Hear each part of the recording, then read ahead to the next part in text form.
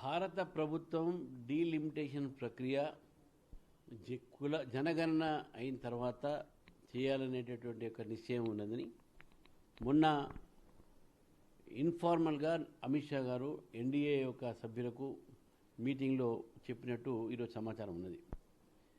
ఏది ఉన్నప్పుడు కూడా డీలిమిటేషన్ అనేది రేపు 33% మహిళల ఒక రిజర్వేషన్ ఉండాలి కాబట్టి డీలిమిటేషను ప్రతి సెన్సస్ తర్వాత జరగాల్సినటువంటి ఒక ఆన్వాయి ఉంది కాబట్టి డెఫినెట్గా భారతదేశంలో డీలిమిటేషన్ జరుగుతుంది. ఈ డీలిమిటేషన్ ప్రక్రియ అవుతుందో జనగణన అయిపోయిన తర్వాత డీలిమిటేషన్ కమిషన్ ఒకటి ఏర్పాటు చేసి కొత్త పునర్విభజనలు జరిగేటువంటి సమయంలో కొత్త ఒక 33% కొత్త నియోజకవర్గాలు మహిళలకు ఇస్తారు. ఇది నారీ వందన సంబంధించినటువంటి ఒక ఏదైతే చట్టాన్ని నరేంద్ర మోదీ గారు తీసుకువచ్చారో దానికి జరుగుతుంది. జనాభా ఆధారంగా లేకపోతే ప్రాంతాల ఆధారంగా పునర్విభజన జరగదు. ఒకవేళ జనాభా ఆధారంగా జరగాలంటే నార్త్ ఈస్ట్లో ఉన్నటువంటి ఒక స్టేట్స్లో చాలా తక్కువ సీట్లు ఉంటాయి వాళ్ళకు. కానీ మనం చూస్తా ఉన్నాం అక్కడ ఒక్కొక్క అసెంబ్లీ సెగ్మెంట్లో 6,000 8,000 ఓట్లు ఉంటాయి. అక్కడ 40 సీట్లు ఉన్నాయి, 50 సీట్లు ఉన్నాయి. అదే హిమాచల్ ప్రదేశ్లో కూడా మేము పోల్చుకుంటే అక్కడ తక్కువ పాపులేషన్ ఉంటుంది, కానీ సీట్లు మాత్రం 60 పైగా ఉన్నాయి. ఢిల్లీలో కూడా అదేవిధంగా మనం ఒకవేళ చూసుకుంటే ఢిల్లీలో కూడా పాపులేషన్ ఈచ్ అసెంబ్లీ కాన్స్టిట్యూన్సీలో తక్కువ ఓట్స్ ఉంటాయి. అక్కడ సీట్లు మాత్రం అక్కడ ఎక్కువనే ఉన్నాయి, 60 పైగా ఉన్నాయి.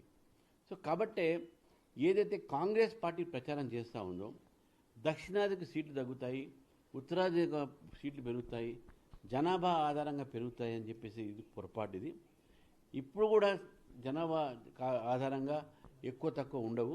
ఇప్పుడు ఉన్నటువంటి ఒక సంఖ్య మీదనే ప్రపోర్షనేట్గా పెరుగుతాయి. ఫర్ ఎగ్జాంపుల్ ఈరోజు 7 అసెంబ్లీలు సెగ్మెంట్ కలిపి ఒక లోక్సభ ఉంటుంది.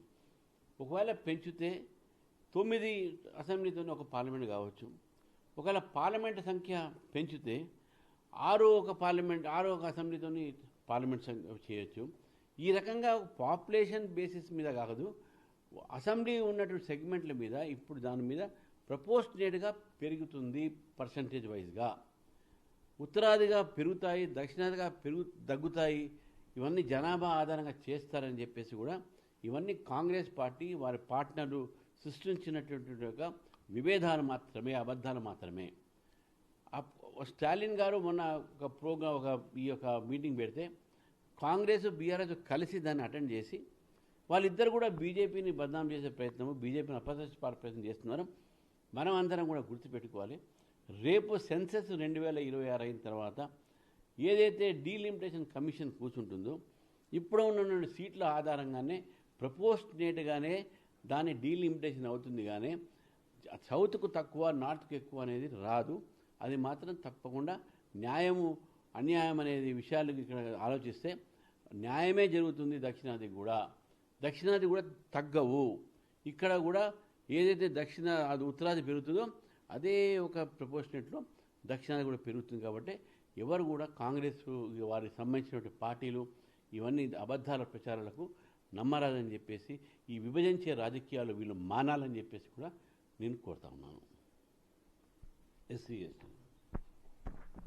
ఈరోజు సుప్రీంకోర్టు ఏ తీర్పు అయితే ఈరోజు మతం మారిపోయిన తర్వాత ఎస్సీ ఎస్టీ యొక్క రిజర్వేషన్లకు సంబంధించిన దాంట్లో ఆ ఒక ఏవైతే బెనిఫిట్స్ ఉంటాయో ఆ ఒక బెనిఫిట్స్ ఎస్సీ ఎస్టీలకు మతం మారిన తర్వాత ఎస్సీ ఎస్టీ ఒక స్టేటస్ కోల్పోతారని చెప్పేసి ఏదైతే ఆంధ్రప్రదేశ్ హైకోర్టు తీర్పుకు సుప్రీంకోర్టులో అప్పీల్లో పోయిన తర్వాత ఇచ్చినట్టు తీర్పుని భారతీయ జనతా పార్టీ స్వాగతిస్తుంది. దీనివల్ల ఎన్నో ఒక రకాలుగా వాళ్ళు ప్రలోభించి మత మార్పుకు ఒక ప్రోత్సహించేటటువంటి ఒక ఏవైతే కార్యక్రమాలు కొన్ని మతాలు చేస్తున్నాయో దానికి పెద్ద చెక్ ఉంటుంది. ఒకటి.